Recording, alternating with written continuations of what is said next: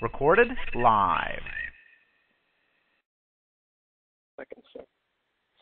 Welcome to Freedom Fighters for America Radio. This is Independence, your host. We have tonight with us Mr. Rodney Stich,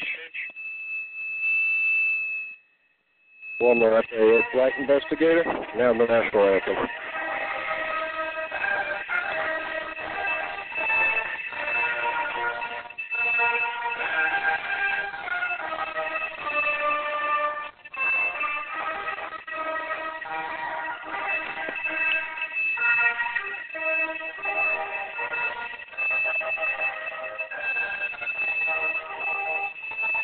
We're experiencing some technical difficulties.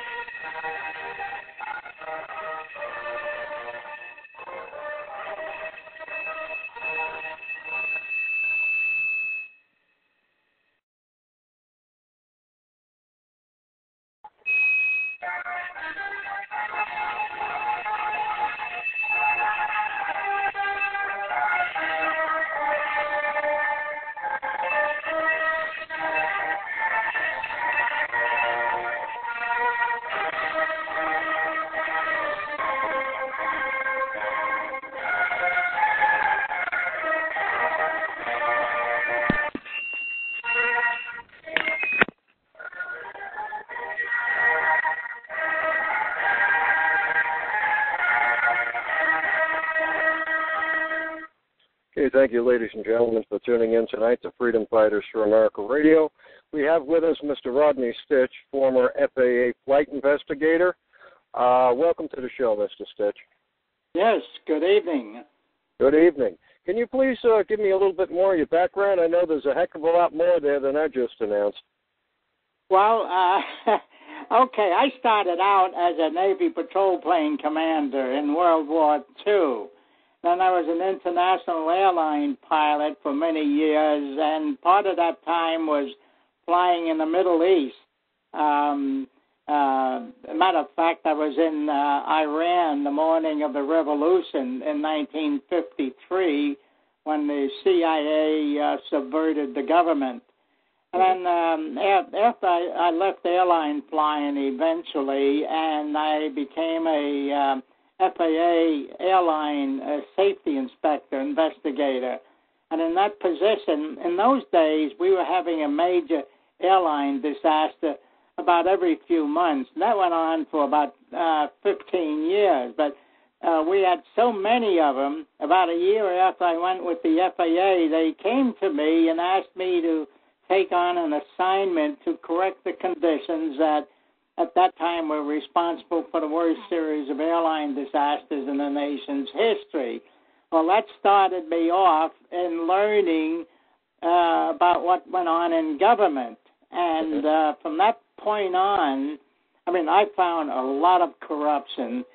People might find that hard to believe that in an industry where corruption has such catastrophic consequences that it could exist. Well, it exists there just like in any other government agency. Now, today we don't have as many crashes as we had in those days, but that was the improvement came about from other conditions. The same basic conditions still exist, and this is why you had the hijackings of 4 airliners on 9/11. But at any rate, after discovering all of the corruption that was going on there, and of course with that comes the cover-ups, and cover-ups are endemic in the United States. And so I did a number of things trying to get the information out. I filed federal lawsuits in the federal courts trying to report the corruption that I discovered. And, of course, there I just ran into another block. And so I decided, well, I will go directly to the public by publishing books and appearing as guests on radio and television shows. And I started that in 1978. And I've been on over 3,000 radio and TV shows since that time. But one of the things that it did for me was other government agents started coming to me, and former drug smugglers, former mafia guys. So over the last 20 years or so, they've all been feeding me information on corruption that they discovered in government.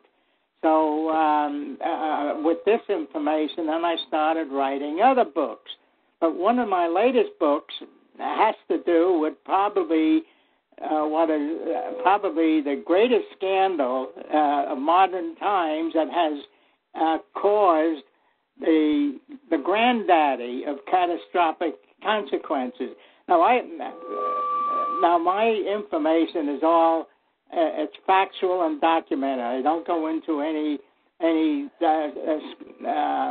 conspiracy theories.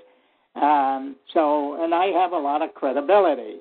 So right now, the latest book is the crimes of the FBI, DOJ, Mafia, and Al-Qaeda. And all three of those, all are combined in what I call, what has resulted in what I call the granddaddy of conspiracies and granddaddy of catastrophic consequences. Mm-hmm. And what is the granddaddy? Well, the granddaddy of 9/11? Scandals. Well, it's hard to give the full story in a quick soundbite, but I go into the corruption that I first discovered. That's in the FAA. Mm-hmm. Then I go into the corruption that I discovered in the FBI and the Department of Justice offices. And then after that, there's the cover-ups by members of Congress, and that I've documented that for the last 40 years. As a matter of fact, on my website, Defrauding America, many of the letters appear that I sent to members of Congress reporting different areas of corruption that I and my group of my coalition of other insiders had discovered. Is that you, sir, or is that this? Hold on. Okay. Still there? Yeah, I'm here. Okay. How many of the insiders in our government that you've contacted, how many are still in our government today? Are there quite a few? Well, most of them are former government agents, because when they're still in there, like let's see, let me just give a few quick examples. We had Ochapinti, who was the head of a drug interagency drug task force in the New York City area. Mm-hmm. We had an FBI agent who worked under an FBI supervisor in New York City. This is a fellow, a former highly decorated Vietnam pilot. He worked under the Lindley DeViccio, and DeVicci, as you probably have already reported, was involved in serial murders with a key mafia guy by the name of Gregory Scarpa Sr. Mm-hmm. And now with Ochapinti, he was exposing the drug trafficking in the New York, New Jersey area that was funding, among other people, the Al-Qaeda cell in Jersey City.